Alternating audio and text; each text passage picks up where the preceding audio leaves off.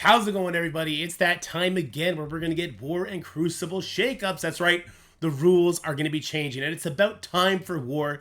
That Hero Spider-Verse stuff is way played out. And you know what? This season of Crucible has kind of been torturous for me. I think it's actually the characters, though, not the rooms. But hopefully this season's going to shake it up. Spoiler alert, it's not. It's going to be horrible. Let's jump into it.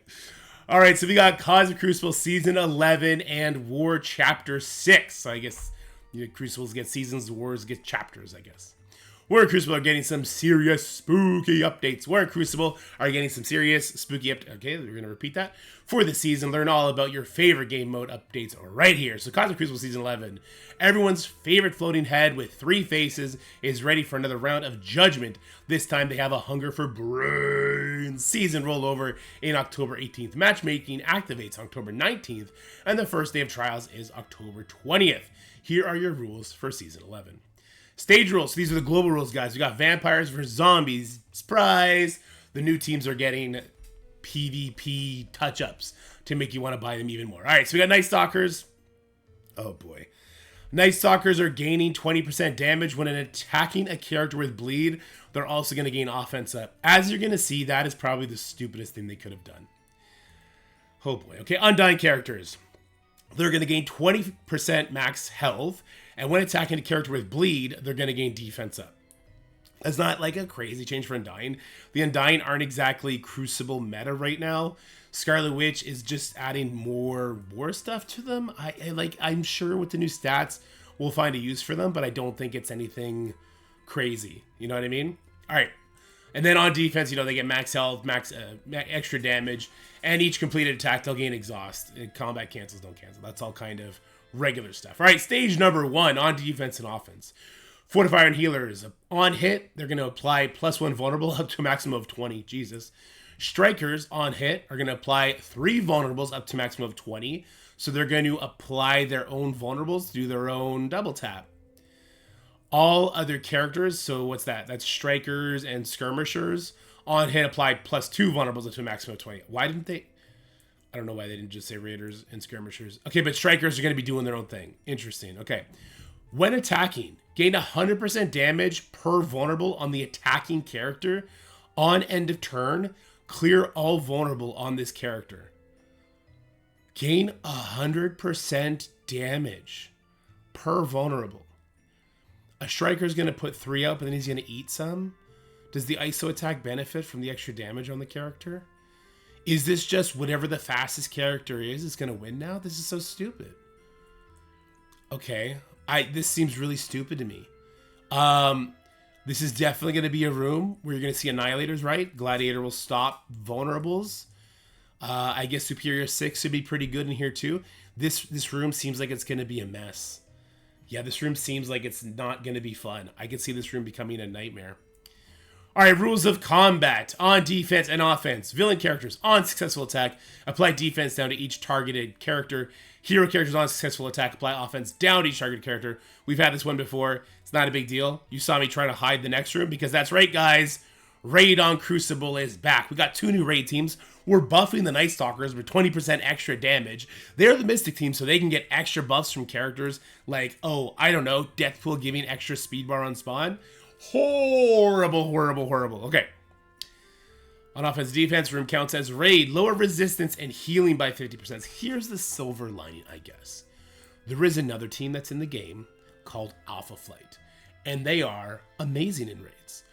Especially North Star. So North Star could potentially become a plug-and-play character, an answer to speedrun on spawn from characters like Scientist Supreme, like Oath, like Deathpool. So maybe we're going to see some great use out of North Star to try and make some really strong combos to take these teams out.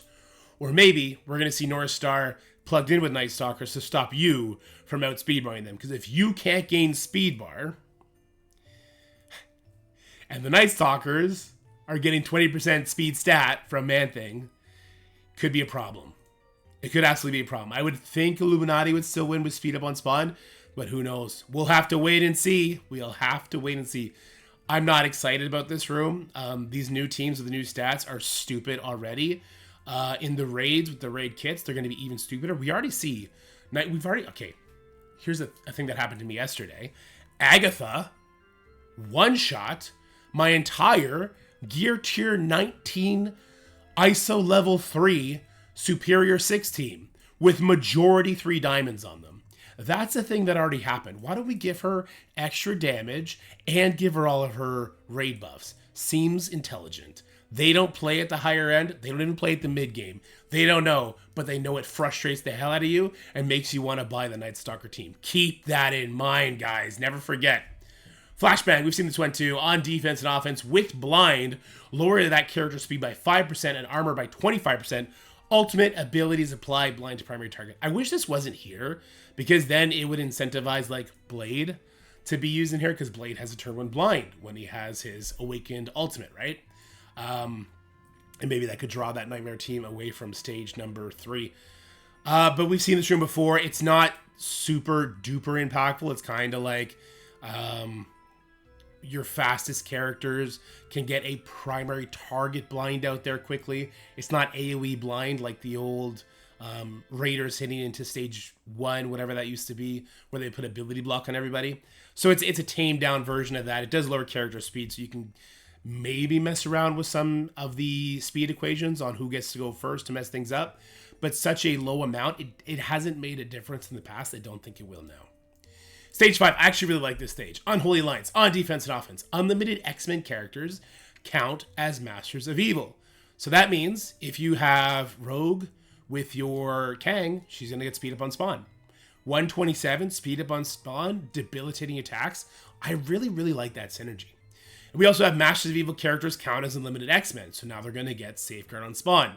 So now you're going to have Absorbing Man with his pre-taunt, Safeguard, and a bunch of deflex, plus defense up, I think, from Titania.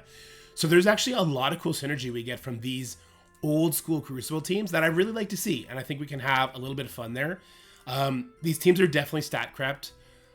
I don't think they're going to hold on defense at all, especially with a team like, with a character like Ares, who can kind of nullify this effect completely, right? But I think that we can maybe find use for these guys on offense now, which I do find very interesting. We'll have to wait and see. I could be completely off. I haven't done a dive on like what teams I want to do. I'm actually going to do that on stream when this becomes public, so we can get some crowdsourced information, if you will. And we'll have another video come out then with some great ideas. Stage 6, what's up, dog? This is the room that Updog got to make for winning the last Cosmic Crucible tournament. On defense and offense, all characters reduce all healing by 100%, so no healing with the exception of probably health steal, like percentage steal from like Braun and stuff like that. That's always kind of overrode that, but maybe not. And then spawn with Safeguard, immunity, and defense up. So Updog has officially made every single character have the Infinity Watch effect with 0 healing. I really dislike this room. I think this room is then just going to become the newest team with the biggest stats, that whoever bought them the highest stars. I could be completely off, but like if we are basically immune from a lot of damage, and I don't know if this is going to work the same way it has before. Like, is Ares going to stop the Safeguard, or do the room rules happen after the fact? Because with Bridge, the room rules of Bridge happen after Ares steals the buffs. That's why characters can get a bunch of buffs, right? The global rules from War, where the spiders were getting Safeguard, Ares takes that, but not the room rules. So I'm going to be curious to see if Ares or Apocalypse stops the Safeguard. If not, this room is going to be an absolute garbage dumpster fire of who has the biggest team, who spent the most money on the newest teams.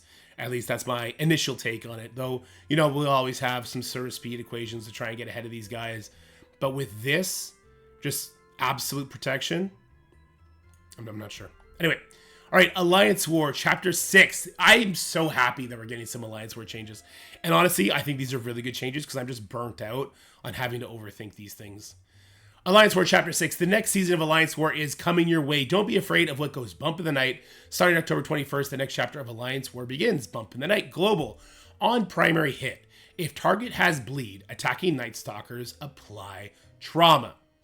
Okay, so on the way I read this is on the offense. When a Nightstalker hits a primary target, if they have bleed, that Nightstalker ally applies trauma. Because it's not written in plain English, you could also, I guess, interpret this to say, on primary hit, if target has bleed, so let's say my Illuminati character got a bleed up on somebody, the other Illuminati character comes and hits them, but I have an ally Nightstalker, does that Nightstalker just automatically apply trauma? Like, there's a way to read this, it doesn't make sense. It should be like, attacking Nightstalkers on primary hit, apply trauma if target has bleed. Like, there's such a better way to word this that it leaves a lot of ambiguity as to what the hell is actually going to happen. I assume it's that when a Nightstalker character hits somebody with bleed, they gain trauma. I assume, because that's the easiest thing to code. Anyway, plus 20 primary stats to defending Bifrost allies. We gave feedback like this is nothing, right? It's not really going to save Bifrost. Obviously, you're not going to see like the Valkyrie Vol Dormammu team start demolishing people. Like 20% primary stats. It doesn't do enough. But that's okay. I don't think we want the Hero Spider-Verse version for Asgardian people as a whole, especially with Odin now in play. And just, it's so overplayed. Safeguard, speed up, offense up, whatever the hell they would put on Spawn to make them relevant. It's just so played out. I don't know about you guys. I'm tired of it. I am. 20% primary stats to attacking allies. There you go. All right, so we do have very minimal changes to the rooms, if any, I believe. So we have Medbay apply regeneration to defending allies. That's what it's always been. Armory, 20% primary stats to all defending allies. It's just adjacent. Extra 20% to non-mythic mystic hero allies. Okay, so there's a little bit of flavor for your Nightstalkers. Actually, let's see. On turn, defending allies clear bleed from self and gain offense up. Oh, Medbay just got a lot more important to take out, actually. I missed this part. Okay, so this is normal. I believe this is new, especially with the Undying characters, like the new Undying team, I guess rework coming, and the Nightstalkers doing lots of bleeds, and like Mercs for Money doing lots of bleeds. I think it's going to be important to take this room out more than it has been in the past, because the defending allies clearing bleed from self and then gaining offense up. So they clear bleed and gain offense up, or do they just gain offense up all the time? Again, you could read this in a couple ways, right? On turn, defending allies clear bleed from self and gain offense up. I mean, if this isn't one action where if they clear bleed, they get offense up, I think this should be two different sentences. On turn, on turn, defending allies, clear bleed from self. Next point, gain offense up, so that you know it's two different interactions instead of just one. This is very poorly written, in my opinion. Adjacent, 20% primary stats, 20% to non-mythic mystic characters. We just read that. That's good for Nightstalkers. Security, apply defense down. That's the normal. Bridge, apply 10 positive effects. That's the normal. Hanger, adjacent. 15% barrier to all defending allies. That's normal. Extra 15% to non-mythic mystic hero allies. Again, Nightstalkers are going to be pretty crazy. Yeah, pretty crazy indeed. All right, Reactor, apply disruptive attacking. That's the same. Barracks, apply offense up to defending allies. That's the same. Non-mythic mystic hero allies gain an additional offense up. So they gain 2 instead of 1. Okay. Sure. I'll be more scared when instead of stacking offense up, 2 of them apply and it's like 200% increase in power instead of 100%. I don't know if they have the technology for that, but that could be interesting, but also very scary. Cargo Bay. 10% to primary stats to all defending allies. Extra 20% to non-mythic mystic hero. Okay, Cargo Bay and Med Bay are very important rooms to tunnel and destroy now. Then we got engineering, apply defense up to defending allies. We already know about that one. And that's it. All right, guys, I'd be interested to know how you guys are feeling about these rooms. Are you excited to be facing Giant Orcus and Nightstalker teams with North Star or Odin or Mephisto in Stage 3? How pumped are you for that? Are you excited for the next 6 months? Are you super excited to have the biggest, newest team just be invincible on spawn and you don't get to heal and you can't control them and you get punched in the teeth? How excited are you for these rule changes? Let me know in the comment section below. But for now, guys, stay happy, stay healthy, and have fun. And I'll see you guys in the next video. We'll have some great team ideas as a follow-up video, hopefully. Bye for now. That's it for the video, guys. I hope you enjoyed it. If you did, make sure you like, share, and subscribe. Stay happy, healthy, have fun, and I'll see you in the next one.